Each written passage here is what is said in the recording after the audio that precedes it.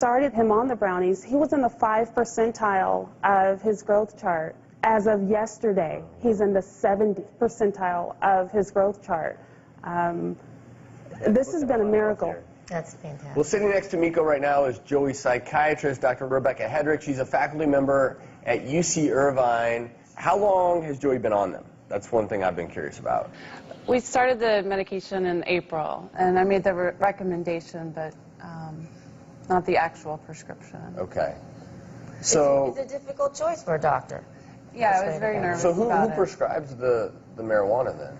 There's a specialist who specializes in using medical marijuana for several different disorders. Have you made this recommendation before, or was this sort of a new thing in your practice? So I'd made the recommendation before, but never in someone so young. And you noticed immediate changes?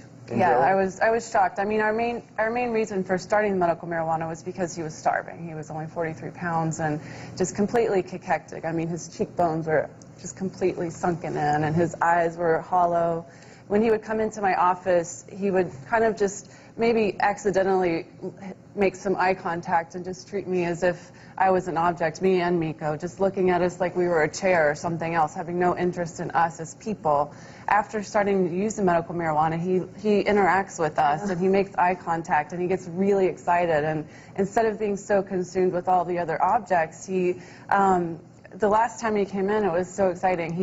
He kept making this really funny sound and looking at me and laughing and really wanting me to laugh back at him, which to me was groundbreaking. I mean, we don't have any medications right now that treat autism. We have 2 FDA-approved medications that treat the irritability side effect of autism, but nothing that treats this disinterest in personal relationships. Marijuana is used in the state of California. It is a licensed medication.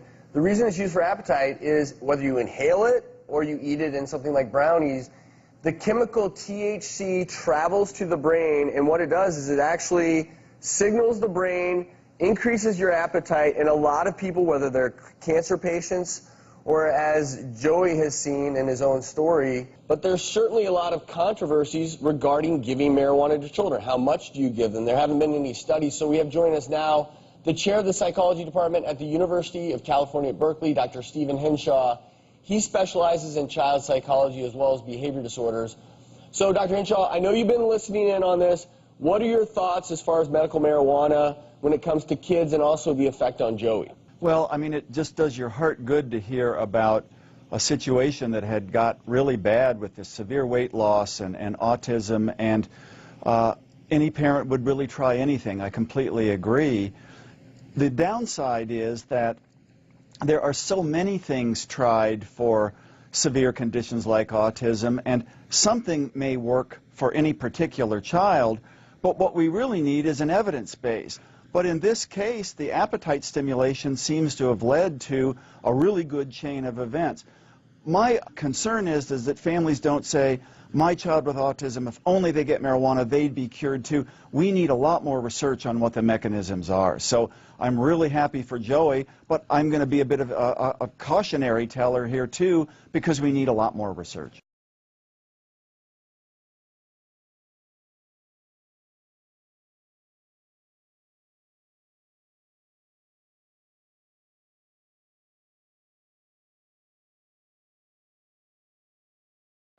My name is Leo Bazille. I'm an Oakland resident for 60-some-odd years. I've had a career as a politician, as a lawyer, and as an educator. I'm working as chancellor with the University of Cannabis in order to try to dispel some of the myths around medical cannabis. Unican is, again, stepping into the marketplace. There's a void out there. People need to know what is going on. They need a central location. There's 1,000 web pages out there scattering you all over the place.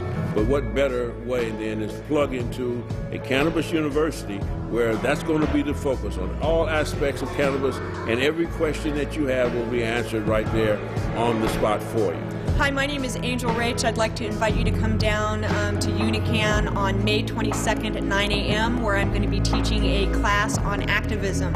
I want to make sure that patients can feel comfortable no matter where they're at, no matter what facility I'm in, to feel like they have access to be able to come and talk to me. And that's what I'm here to, is to be here for you. I chose to teach the cannabis class here at UNICAN University to teach students about the budding industry of medical marijuana. This industry is growing faster than any other industry out there, and it's also the largest cash crop in the United States. These programs are specifically designed to give the students the tools that they need to enter the business marketplace. As this business becomes more legitimate, as this industry becomes more legitimate, students are going to need some sort of basic education in an effort to obtain jobs and obtain employment in this fast-growing, fast-paced industry. We are centered at a timeless moment in history where we have never seen so many opportunities aligning themselves, creating this perfect storm for the medical marijuana movement. I mean, being able to know is half the battle, you know, and so knowing how to actually set it up, knowing how to actually take care of the plants will actually not only lead to a successful grow, but will also keep people safe, and you and your plants safe. I'm going to teach you how to grow your plants. I'm going to teach you how to harvest your plants. I'm going to teach you how to set up your grow room to where it will be 100% successful. Through the University of Cannabis, we are establishing a vehicle for educating the public, and expanding your knowledge on the medical marijuana movement is the most important grassroots step of liberating cannabis as a socially taboo anti-culture through intelligent and upstanding representation. Together, you and I can make a difference in the medical marijuana industry.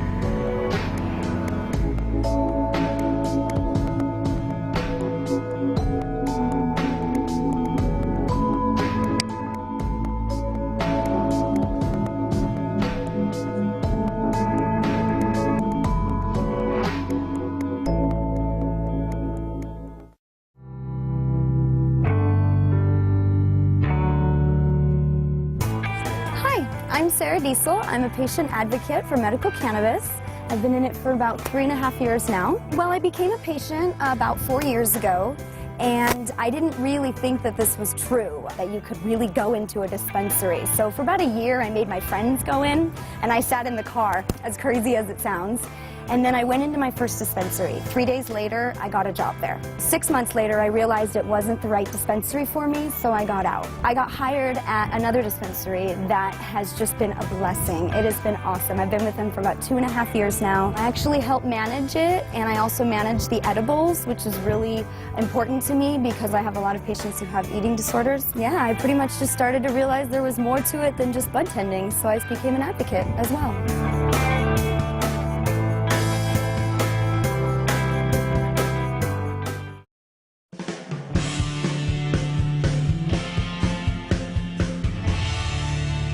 Hi, I'm Nick Gillespie for Reason TV. Today we're talking with Judge Andrew Napolitano, author of the new book, Lies the Government Told You, Myth, Power, and Deception in American History. Judge, thanks for talking. Pleasure to be with you, Nick, whether we're talking about my book or anything. Why did you write this book? Because the thing that impressed me the most when I was on the bench as a judge hearing arguments between the government and a defendant in a criminal case, or the government and someone who had been injured by the government in a civil case, was the extent to which the government would lie and people in the courtroom, members of the jury, lawyers involved in the case would expect the government to lie. You know, there are at least 6 Supreme Court opinions that say the government can lie. Tell us what's one of them. Well, the context in which the government may lie is when it's interrogating a potential defendant. The classic modern-day example is Martha Stewart. She's with an FBI agent. They're in her lawyer's office. The lawyer says to the FBI agent, "Is my client a target?" The FBI agent says no.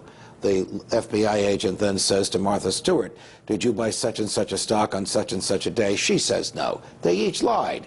She went to jail for 5 months and he got a promotion. That's right. Well, what is it about the government? Are they morally superior to us that they can lie with impunity, lie with the law behind them, and if one of us would presume to do it to them, we could end up in jail? The government has institutionalized lying.